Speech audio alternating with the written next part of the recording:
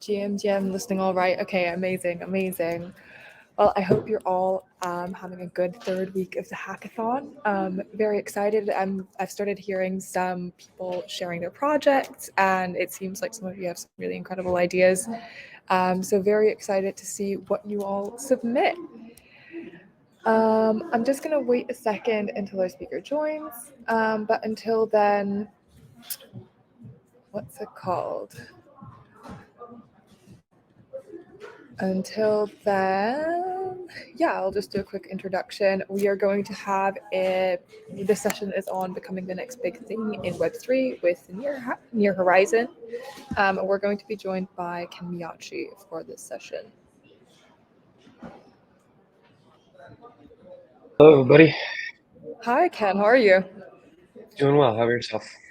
I'm very, very good. Just before I introduce you, Julian, the date of submission is October 15th, so keep that in mind, guys. Okay, well, yeah, everyone, this is Ken. Ken is from NEAR Foundation, and he's going to be hosting a fantastic workshop for us today. I'll leave it over to you to introduce yourself. Awesome. Thanks, Ashford. Hey, everybody. My name is Ken Miyachi. I'm the tech lead for the NEAR Horizon program as part of the NEAR Foundation. Essentially, we are the support system strategy for early stage acceleration in the NEAR ecosystem. So without further ado, let's see. Let me see if I can find. No. Okay. I think I'm going to go in slideshow mode. Can everyone still see my screen? Yep, I can see your screen. Awesome. Okay, so today we're just going to go through kind of intro to NEAR technology, what makes it unique, and what are kind of some of the key components and aspects to NEAR's technology. So this is just an overview. I'm going to provide a background of both NEAR and the blockchain operating system, highlight some key aspects of the technology stack, go over use cases, and then hopefully at the end, answer any technical questions and talk about how you can find further information, either with office hours or further research on yourself. So I think, yeah, oftentimes people come in with different background context of NEAR. I think, right, there is like a boot camp, a program going on right now with Encode and NEAR, so you might already know this information, so please bear with me. But high level, NEAR is a layer one sharded proof of stake blockchain. And some of the key value propositions of NEAR protocol is that it's very simple to use, both from the user standpoint, the end user can onboard easily, etc., and from the developer side. The idea is to make it very easy to develop applications on top of it.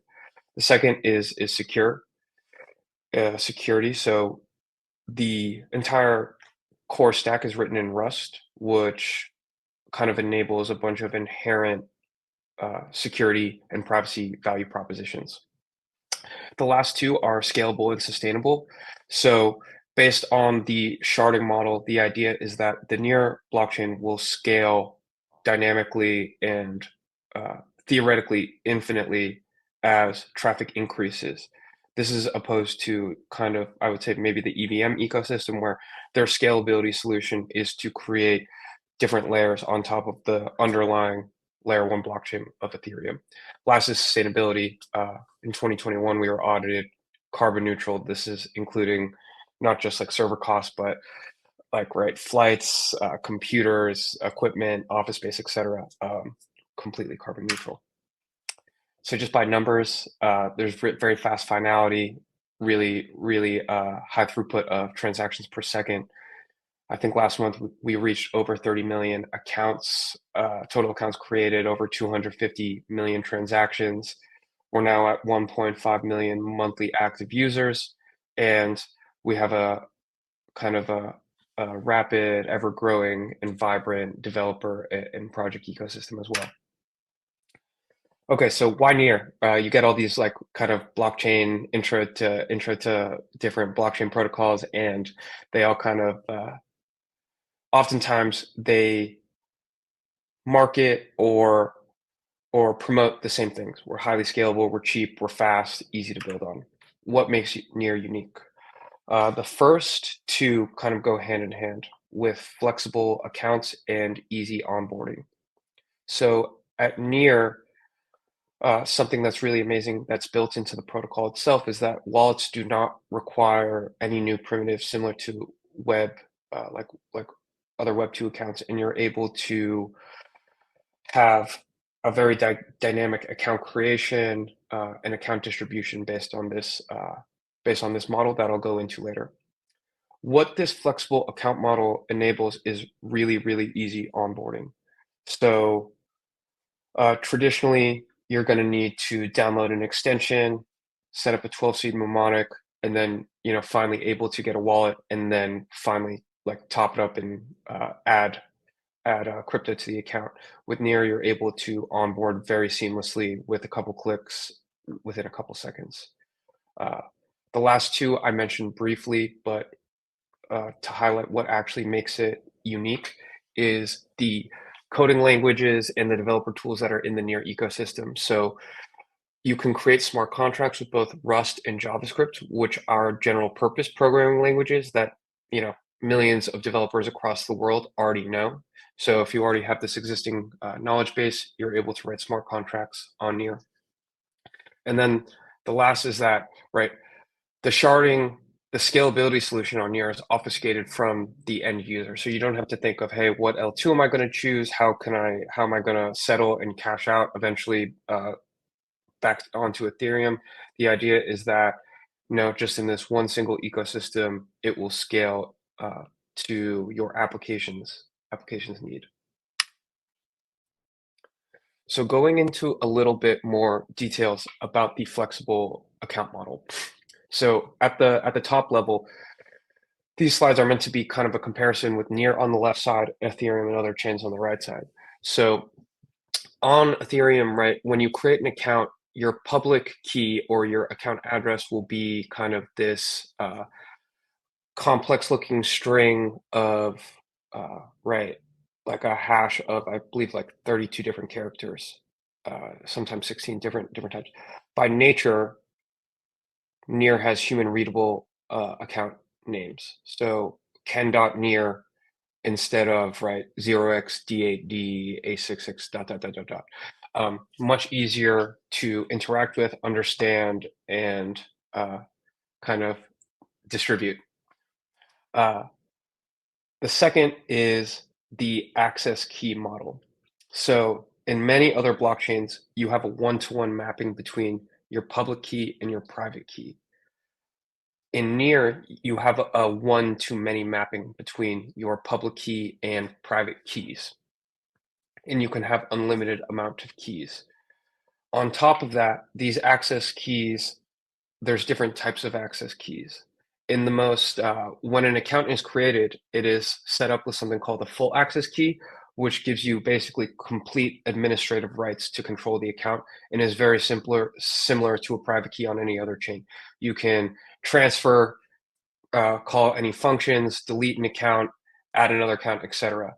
However, there's another type of key on NEAR called function call access keys, which allow you to specify different permissions that a certain key can perform related to your account. The example that I often use here is, let's say you wanted a government entity or a bank to audit your account. You could create an access key with read-only access that would allow a third-party entity to view all the transactions, all the activity on your account without giving them any power to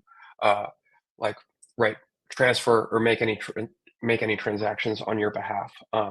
This is really powerful for a lot of different use cases. Another one that's mentioned here is like kind of key rotation and customizable account recovery. So another example is you could create another kind of function called access key that only has access to recover the account. So say, hey, I'll have a regular access key and then I'll have a backup key that the only thing it will be able to do is to recover the account, create a new full access key, and you can say like based upon like it can verify my identity, have to check my driver's license or passport, face ID scan, etc. to do that. And this really opens up a lot of new and unique use cases that can really only be done on NEAR. And then the last, but definitely not least, is namespaces.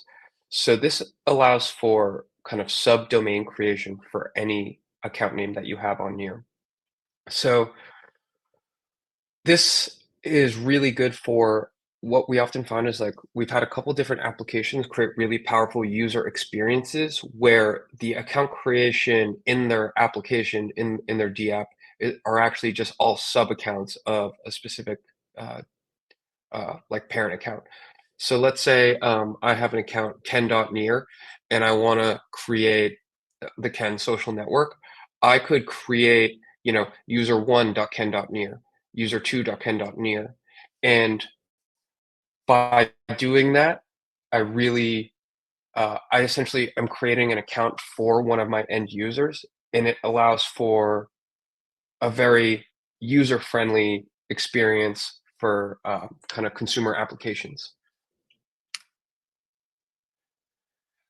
So this just highlights, right, the user experience that you have for the account model, what the account model enables. So if you can think of like like specific access keys, like you can have specific keys that are only associated with certain functions in a game, so that you can say like, hey, right, uh, I'm going to give my opponent access to like, right, call the attack function and it will drain my energy based on a specific game. There's a variety of different use cases and customizations. The possibilities are really endless with the flexible access key model.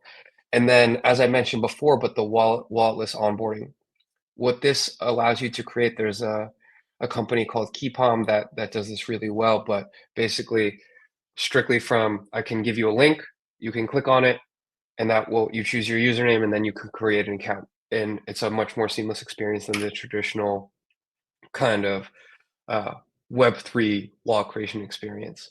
So to talk about that, right, what you have to do in MetaMask right now, you download the MetaMask browser extension, you go through this like clicking process of confirming your 12 phrase mnemonic, your backup phrase. Then you kind of set up your RPC based on, right, the different chains that you want to interact with or different testnets you want to interact with. And then finally, okay, you either go to a centralized exchange, a bridge, an on-ramp to add value to your wallet and then actually use it in one of your apps. So it's this multi-stage process. I think it's definitely improved, but it still is on, the minutes, like in the minutes, even if you know exactly what you're doing. And then if it's your first time kind of being exposed to Web3, it can be very confusing. There's a lot of different components. The idea behind NEAR is that, hey, you can receive a link, click on that link, choose your account name, agree to some terms and conditions, claim your account. And there's ways where it can be initially deposited with some pre-existing NEAR so that you can gain value without going through this like, multi-step process, trying to secure seed phrases, setting up kind of the technical, a more technical flow of like connecting to an RPC node, etc. You can just choose your username, get going. In terms of the developer friendliness, right? I mentioned both JavaScript and Rust before, but some of the other dev tools that really make NEAR a very user-friendly environment is like there's a very powerful CLI, there's abstracted APIs that you use to connect on your client side. And then I will say, like, I do feel like we have some of the best documentations, examples, tutorials kind of in the Web3 space. There was a ton of work put into those, and it's a great place to learn, get going, etc. On top of that, if you create an application on NEAR, 30% of all the transaction fees that are generated from your smart contract will go back to the developer at the end of each epoch, I believe. So not only can you generate revenue from kind of traditional business methods, but all the transaction that you generate will also give you like kind of 30% of the fees that are generated by the network back to the developer itself. Excuse me real quick. Okay, going into a little bit, I mentioned scalability and how NEAR's scaling solution is slightly different than Ethereum's. So on Ethereum, the main idea behind scalability in the EVM ecosystem is both zero knowledge and optimistic rollups. It's rollups, basically transactions and blocks that are rolled up and compressed and settled on the main Ethereum chain.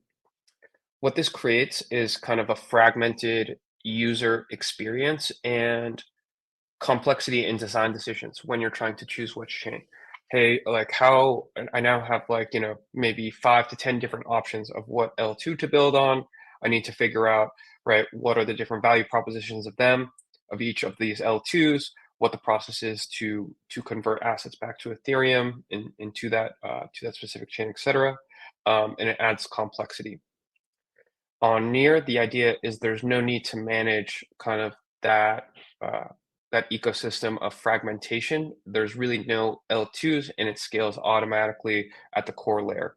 All the users and the tokens are in a single ecosystem on a single chain, and it scales kind of as necessary.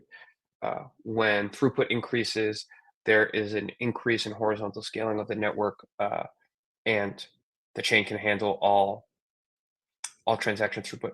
This was kind of proven maybe in September. Uh, if you look on DappRadar, the #1 application right now in terms of transaction throughput is an application called Kaiching, which is a kind of like a shopping, e-commerce, and loyalty application, but they're doing around, I think they have around 600,000 monthly active users, and it was a huge spike in transactional volume in users on NEAR, but the core protocol handled it very seamlessly. No outages, no issues with the chain being up to date, etc. Okay, so now talking about, right, I would say like that was all everything that I covered previously was pre-2023. That was kind of baked into the original architecture when NEAR was first created, right? We want it to be user-friendly, developer-friendly, highly scalable, cheap, fast, and have a really flexible account model so that, you know, developers can create amazing user experiences for their applications. There's been a variety of new developments that have happened in 2023 that have enabled some really amazing use cases as well. So I would bucket the first three together, and this is what has already been done so far in 2023. Uh, they are meta transactions, SecP 256 R1 key support, and zero balance accounts. So with meta transactions is a concept that enables an application or anyone to pay for the gas fees on behalf of the end user. So now, right, if I create an application, all my users won't have to pay gas fees or sign a transaction, right? That will be paid for on behalf of the application or another third party. And what this enables is seamless kind of Web2-like experiences. Can't think of any Web2 application where you have to click, I'm going to give you like, even if it's cents, but somewhere from like a couple of dollars to a couple cents to write information to a database.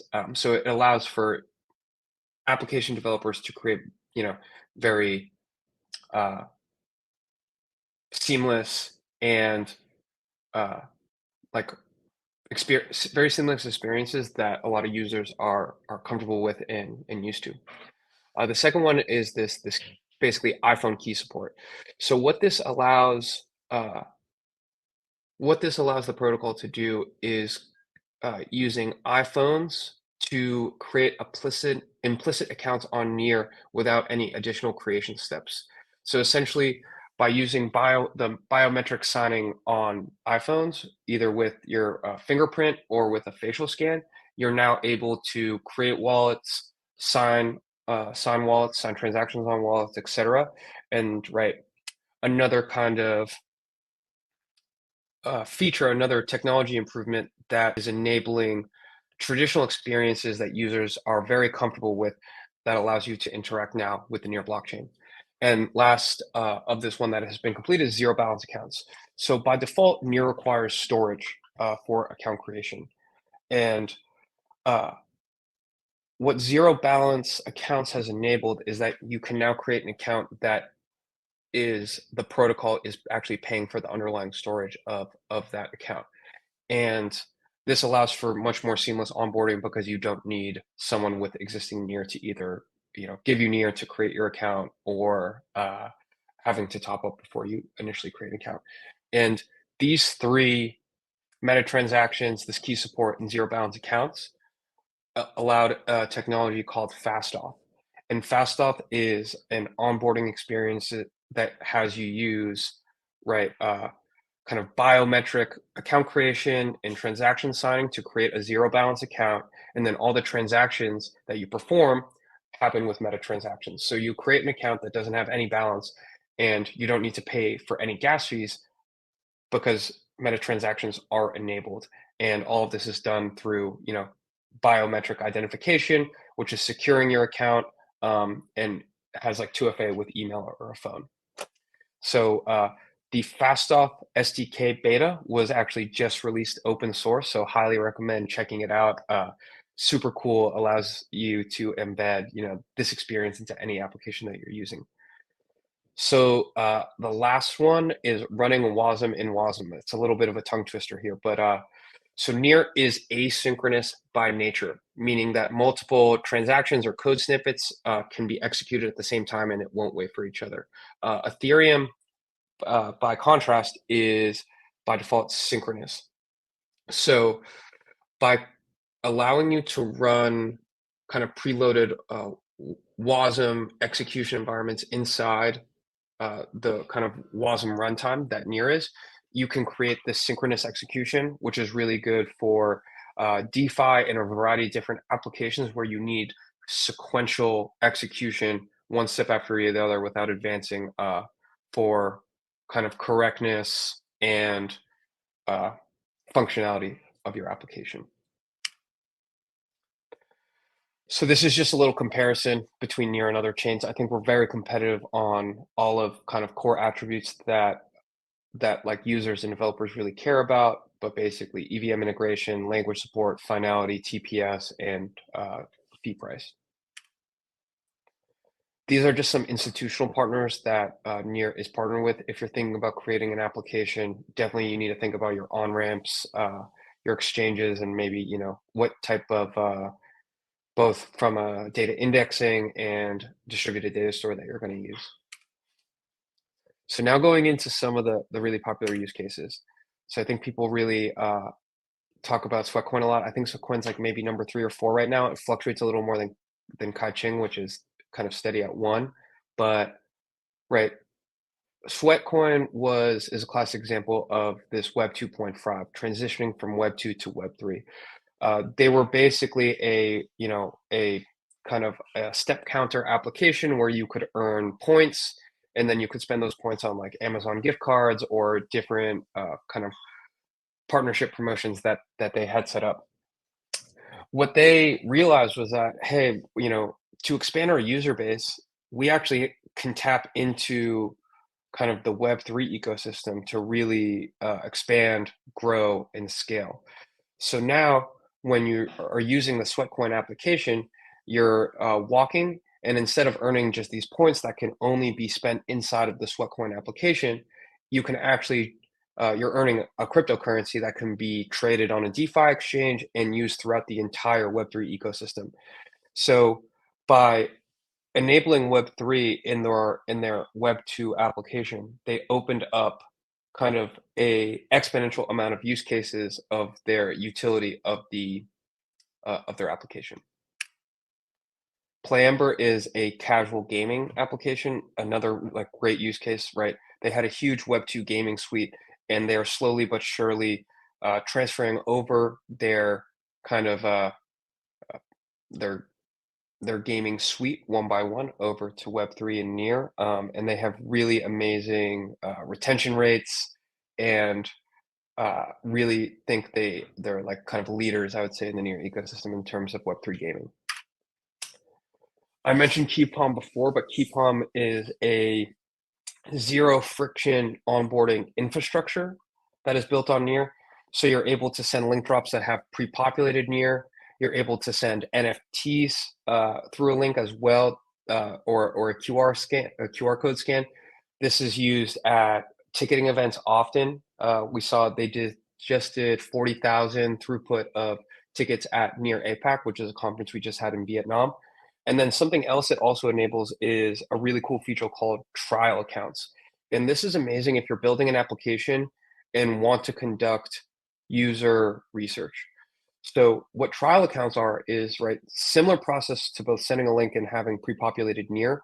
But in this case, when you're sending the link to the user to receive, the account that is created comes with restrictions to only use a specific application. So you can say something like, hey, click on this link. I'm going to give you 5 NEAR, and you can only spend this 5 NEAR within this single application. Once you spend this 5 NEAR, or you can click a button, then you can turn this into a full account.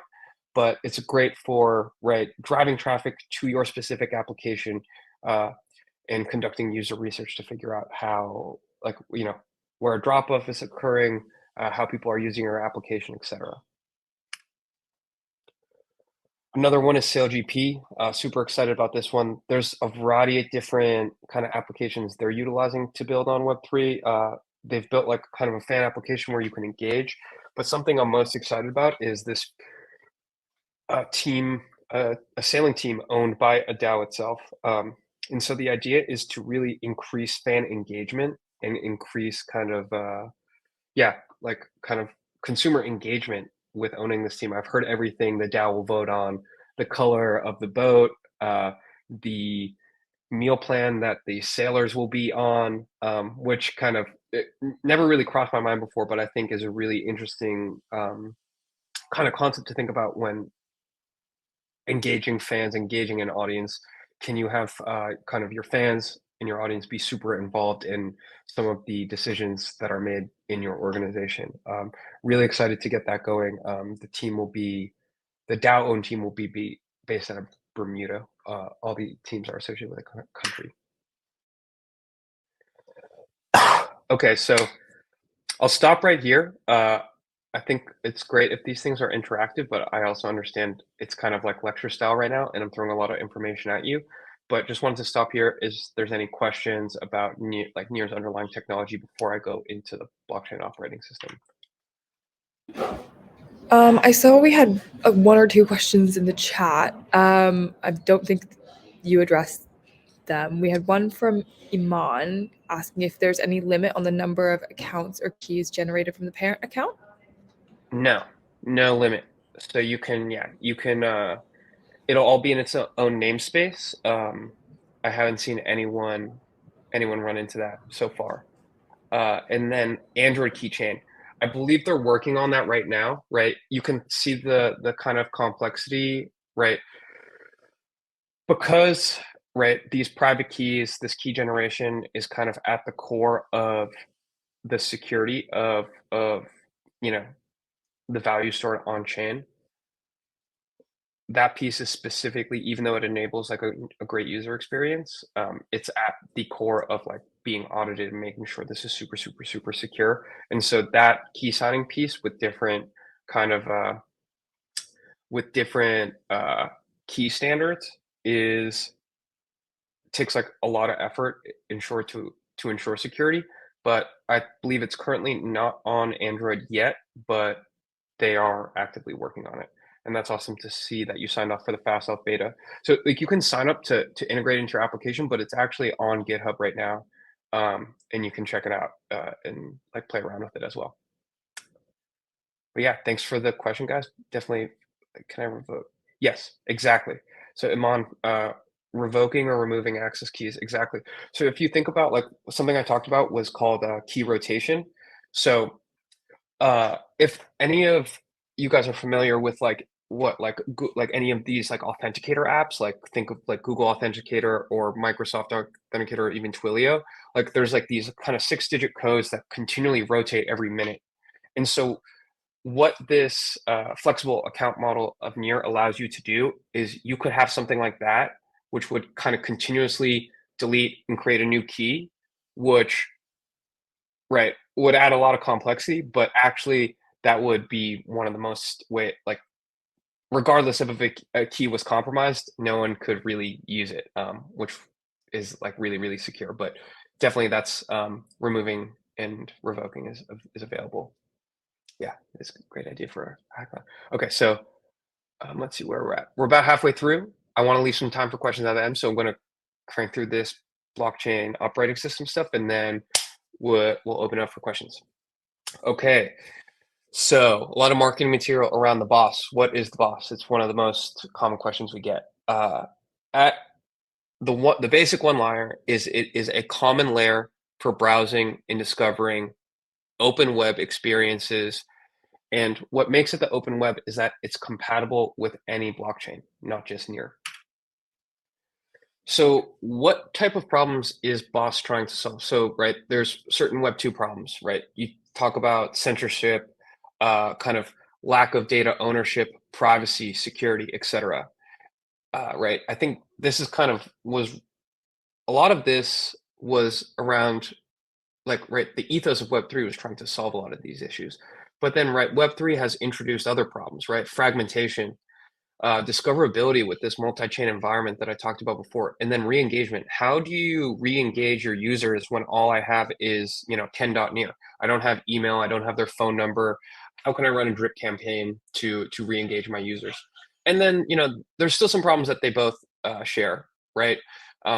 There's distribution issues, there's compliance issues, right? They're both globally distributed, right? The internet and web, right? It's difficult to figure out every jurisdiction and be compliant. There's complexities to build. You have infrastructure management, etc. So the boss is set out to kind of solve the problems of Web 2 while also improving on the problems that are kind of introduced by Web 3. And kind of the pain points that we've seen are that right, you need a ton of developer experience and cost to maintain your applications. It's very difficult to access the different markets. Right, what I mentioned is hey, we don't have a lot of information on our end users. All we have is their wallet addresses. So there's not a great acquisition channel. And then on top of that, right, the cost of acquisition is super, super high, right? You're going to target them on social media. Do they sign up? Oftentimes you have you have user loss on the onboarding experience, and right, how can we solve these issues? And so the idea is to create a single technology stack that allows for everything to be built kind of on a single interface where users can discover, find, have a social presence, and have social media kind of integrated into it itself where you can distribute and market your application. So going into what the boss is, it's really separated into 4 different components. There's your blockchains, which is I think a lot of people are familiar with that. That's NEAR, Ethereum, Solana. You can even put Bitcoin in there. Then you have middleware, which is your data tools.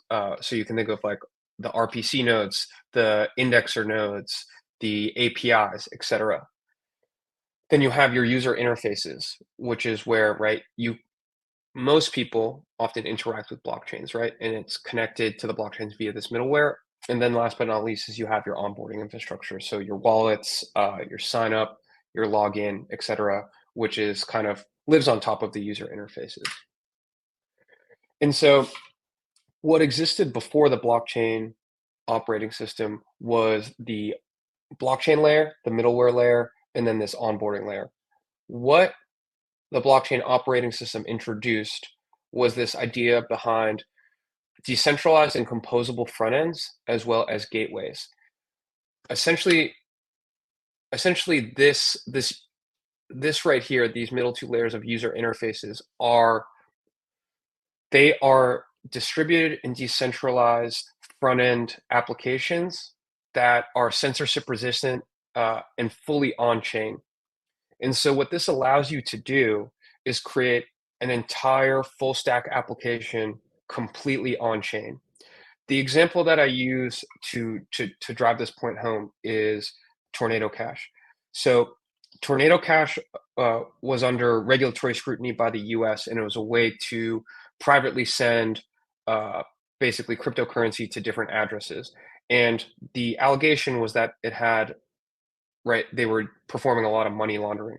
So what the government was able to do was shut down the like web application. They were able to shut down the URL that was associated with how most people access Tornado Cash. It was on Ethereum, so they weren't able to, right, modify or block execution of the smart contract itself, but they were able to stop, like basically take down the website. And so by uh, in in practice, in reality, what that did, that cut off the usage of Tornado Cash by like over like 95, maybe up to 99%. And so even though it was a DApp, it was a, a distributed decentralized application, the front end was just probably stored on AWS and was accessed by like a URL controlled by you know, a centralized entity. And so they were able to shut it down and therefore able to stop the application. And so by creating a stack of on kind of fully on chain, a fully decentralized application, you avoid the censorship resistance, and then you also kind of reduce any single point of failure as well. And so talking about like what you can build, like there's some really cool, there's like, right, Mintbase created their entire NFT marketplace available on the blockchain operating system. They added their minting tool. Keepom created an application which allows you to create link drops on the blockchain operating system. And NEAR is another great one, which kind of allows you to create campaigns or quests around performing specific tasks. Another great kind of user research, user onboarding mechanism that you can use to drive people to your application.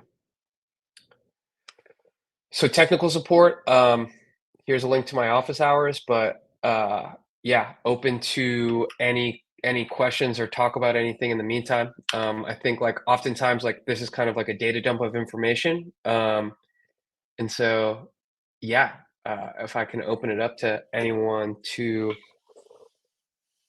I don't know, ask any questions, or if there's any other topics that I can discuss as well. This is a great resource. NEARDX. I would highly recommend checking this out. This is kind of like a repository of repositories, but it has like, right, all these kind of different repositories around the blockchain operating system, what they use for their wallet, what the virtual machine is, right, the database stuff, and then kind of your traditional dev tools for the layer one chain, smart contract infrastructure, quick start tooling, testing environments, and your APIs. Cool. Thank you so much for that, Ken. I'll let people kind of put in their questions in the chat.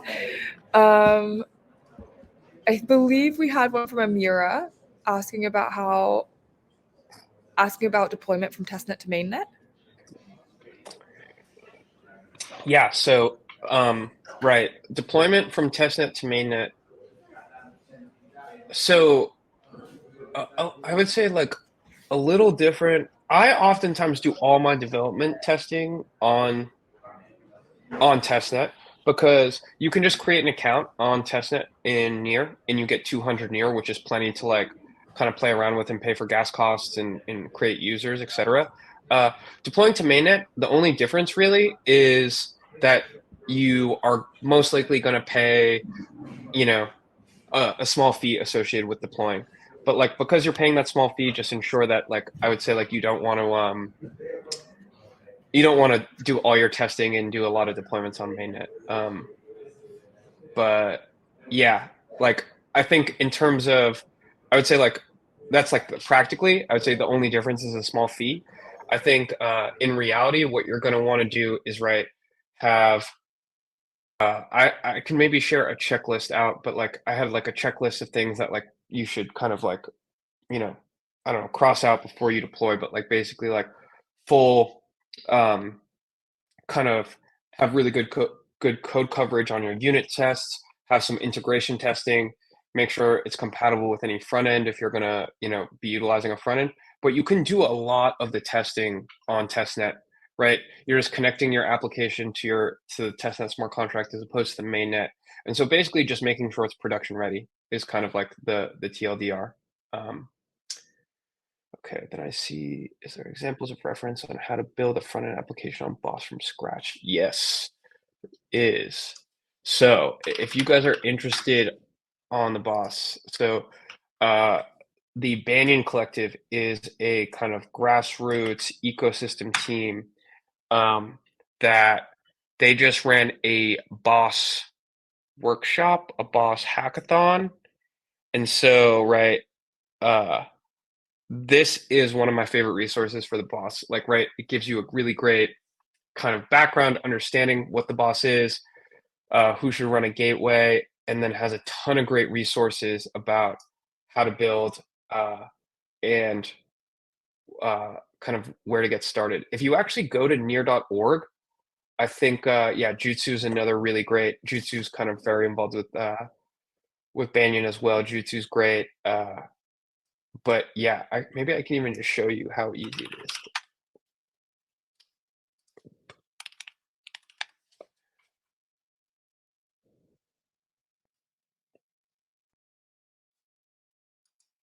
So this is like what the boss looks like. So let me see. Maybe I can do some sandbox stuff. Okay. So like, right, if you go to near.org, you'll sign up for a wallet and it'll actually walk you through like an original, yeah, you guys like my avatar. Um, it'll walk you through like a tutorial of how to use this, but essentially this is an online IDE that you can use to create boss components. So maybe let me think if I can go to something like kind of basic picture or something like that. Best profile picture. Let's see how complicated this is.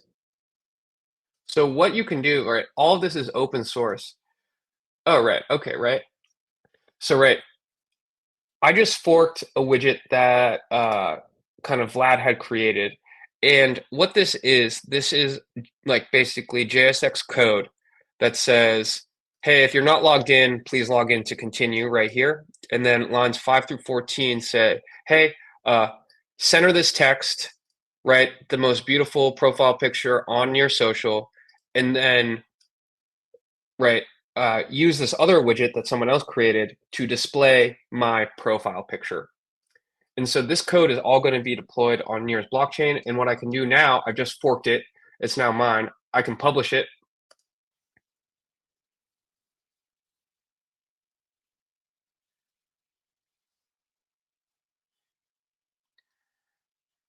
And now I can open the component.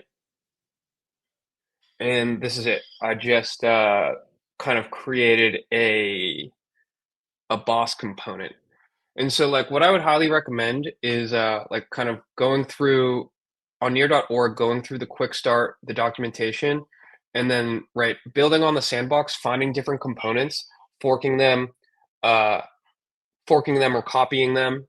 And it's as simple as like, right, another example that I have here is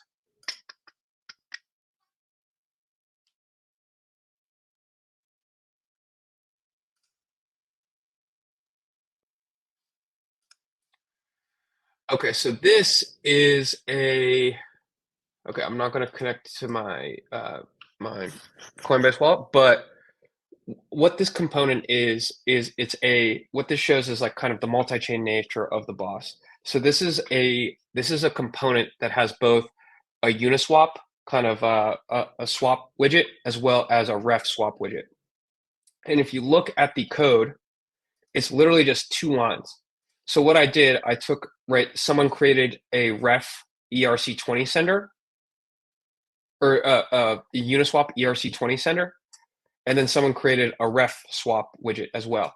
And so all I needed to do was reference this, and with 2 lines of code, now I have kind of a working application. So if you can think like, I mean, something that a goal of the blockchain operating system was to really rapidly enhance development speeds. And so by making, right, most of the smart contracts are open source. They're all on chain, right? And so like it's very easy to copy paste smart contracts, and it creates this really rapid development ecosystem of, hey, oh, I see what you did. Okay, I'm going to look at the code. I'm going to modify it and change it. But that doesn't exist for front ends. And the goal here was to kind of create that environment, do what blockchain did for kind of like execution code, backend code, do that for front end code. I see another question. Is it possible to build Rust WASM on Boss? Maybe compiling. Let's see. I think as of now, no. But I think that is something that they want to build in the future, and that is kind of like the WASM and WASM piece. So it's like, hey, if you can deploy like a WASM, like a JavaScript virtual machine inside on chain, and then have your Rust WASM front end compile and run in there, maybe it could be a lot faster. Right now, it's a subset of JSX, and if you're interested in looking kind of what the new vision is, it's check out this NEAR Boss engine, which is this virtual machine 2.0. Ken, I just want to flag that we have 2 questions from Matthias in the questions tab. So he's asked, as an ecosystem, as an ecosystem is as important as the tech. Can you go over what Horizon is? Okay, yeah, great question. Great question. Okay, maybe a little background context here. So I joined NEAR maybe a year and a half ago, and one of the reasons that compelled me to join was I felt like the tech was objectively superior from a lot of the other competitors, right? Scaling, infrastructure, the documentation, the usability, et cetera. I was like super impressed by this. I mean, we've been in the bear market the entire time I've been on NEAR, and what I feel like every signal that I'm getting has been people don't care as much as the technology as I thought. It was like very surprising to me. What I think there's 2 things there to like kind of like that was like helping scope the question. So I think uh, the ecosystem, I would say, is as important, or if not more important than the technology. I think like what we've seen is that like, right, I think it can be pros and cons, and just because you have a very vibrant ecosystem doesn't mean it's always maybe the right thing or sustainable long term. What you don't want, in my opinion, is like mercenary and momentum kind of type ecosystem where like, hey, like people are just rushing for money. They don't really want to build and sustain and really believe in it. They just want to grab capital or like get on a hype cycle. What you do want is people that really believe in what they're working on, they're passionate about what they do, and they're really fully invested. But the ecosystem, I would say, is just as, if not more important than the technology. However, they need to work in tandem. And I do believe in kind of first principles where at the end of the day, when mass adoption happens, when this critical mass hits and there is a ton of transactional throughput on chain, is where the technology will truly shine. Right now, due to right the kind of the theoretical limits of many of these chains aren't being hit yet. And so when that does occur is when the technology difference will be truly apparent, and it will be a huge differentiator. But in the meantime, I think they go hand in hand. You need to have a strong ecosystem. You need to have people that are really willing to help each other in like a vibrant community, as well as a strong technology. And like having one without the other will fail. So they really need to be in tandem. But that was a great question. Beautiful. He's also put in another question asking if I can build upon other people's components, who then owns the final work, intellectual property. Yeah, great question. So it is open source. So I think like most of the most open source code, kind of, I think you can specify what license, but most of it is this: is hey, this is open source. It's free to use, and you're allowed to modify it and make a profit off the derivative work of it. So yes, if you fork it and also put it on the boss, then it will also be open source. And yes, you will own the IP. I think my guess is you would own the difference of like right the original and what you change. That's what you would own.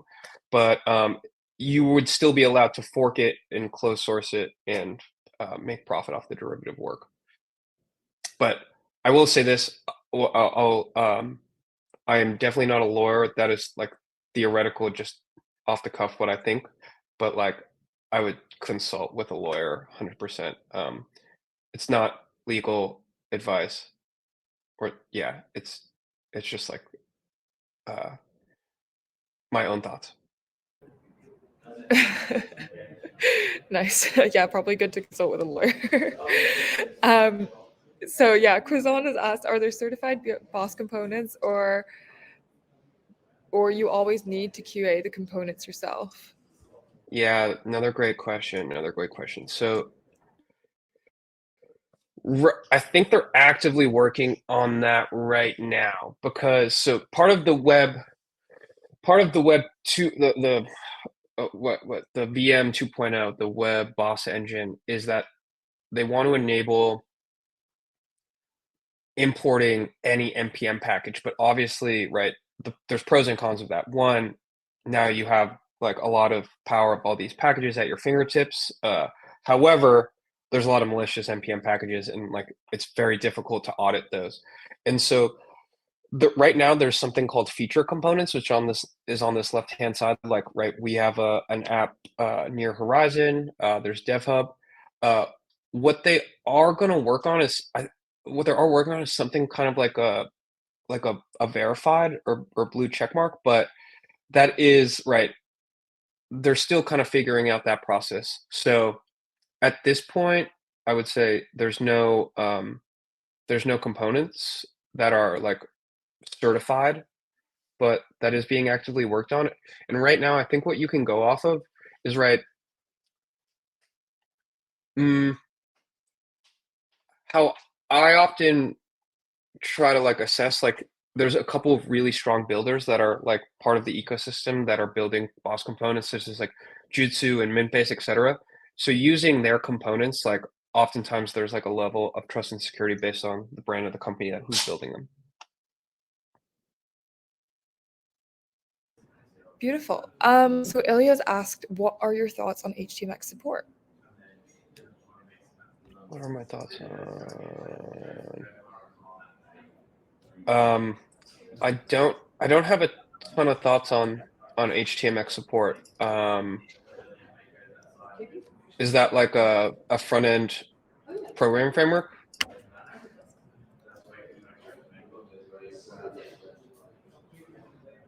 Ah, okay, okay. A decentralized launch. So I would say, as of right now, no. I think GitHub is really good at what it does, um, and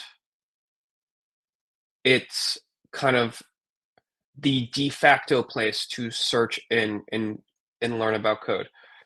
I would say the alternative that they're thinking about is actually hosting all of it on the boss. So, right, like something that they've thought about is like, hey, I go here, this is connected to GitHub, and it's not only stored on GitHub, but it's also stored kind of on chain, so that there's kind of a dual backup. So maybe that there is a transition period at some point. Yeah. So I think Ilya. So okay, Jake, that makes sense. So I think it would benefit from Boss. I think there's a couple things there. To use emerging technology in kind of web development and web frameworks is, I think, like the first thing to do is to try to integrate something that is very mature and very stable. The Boss, right, as I mentioned in Fast Off, this is a new paradigm, a new concept, and introduces a lot of new fundamental core primitive technology. And so because there's so much kind of emerging tech and emerging concepts that are encapsulated in the boss, kind of integrating with very mature and stable products is kind of like I think the thought process there of like trying to integrate with JSX or integrate, like I think the vision is to integrate with like full React. It'll just be like a React framework.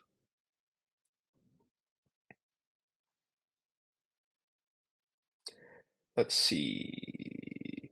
Okay, components dealing with automation, streaming payments. So I'm not sure about components, but I know that there is a variety of like payment solutions that are out there. Rocketo, I would say that's I believe that's open source and it's a streaming payment solution. And then something that I really like that is like has been really impressed by their improvements is something called Request Finance. They do invoicing, but it's like really clean. You can pay with stable coins, fiat, crypto, etc. I've been super impressed by them. But yeah, the stablecoin payment use case is really flourishing right now. I think people might be aware of Solana and Visa's partnership. I believe Stellar did a partnership with another very large payment company. And so yeah, definitely a huge use case, payments, streaming. Yeah, really, really interesting. Yeah, USDC is now live native on NEAR. So if you have Raft USDC, trade it out. Yeah. All right, I do just want to say if anyone has any final questions at this point, make sure you get them in. I believe that everything has been addressed so far. I'll let Matthias finish typing to see if there's anything we can last address. Okay, he's no longer typing. Okay, never mind. Any ideas on what you would like to see on this hackathon? We'll take this as one last question for now, Ken. Yeah, I can send my investment thesis, but or not investment thesis. We had like a thesis about hackathons we've had in the past. I think it was like real world use cases, Web 2.0, infrastructure onboarding, and then AI, like anything like you can do. Like I think like the founder is AI. That's really broad. I think to have more tangible feedback, something that I think is super powerful is like when you're doing a hackathon, building. Yeah, I know. I would highly recommend this. Find some like kind of infrastructure that is really powerful, that is popularly used, and build on top of it. I think oftentimes trying to build a standalone application, etc., like I would say like, right, you only have so much time to build a product in a hackathon, and so utilizing existing infrastructure. So building on top of FastAuth is great. Building on top of KeyPalm would be super powerful. Building on top of Calamera, which uses like private sharding and encrypting data on chain, like using existing specialized infrastructure as your core to build on top of, I've seen do really well in hackathons. Multiplayer experiences would be great. I definitely recommend checking out Rogue Studio. They're really cool. It's like a game that's like live that yeah, you wouldn't know. You wouldn't know it was a Web3 game. But what I would say is about this gaming. Oh, multiplayer experience is not in gaming. I'm not sure. I don't know what that would entail. But it sounds interesting. Okay. Oh, okay. Well, Rogue Studios is a whole course on NEAR and Unity integration. Very interesting. If someone wants to share that in the Discord channel, just so everyone else can check it out, that would be fantastic. I think it is now 6 p.m. my time, so unfortunately we are going to have to wrap this session up to a close. Ken, thank you so much for being here. It seems like everyone really enjoyed it. Everyone, thank you for all of your great questions. You've really made this session very engaging and very fun. I'll be in touch after this Yeah, Matthias, pint time. Yes, exactly. Classic UK. Yes, on that note, I'll be back. I'll be in touch with any resources I have from this session. And yeah, good luck with your building, guys. Thanks again, Ken. Thanks, everybody. Good luck.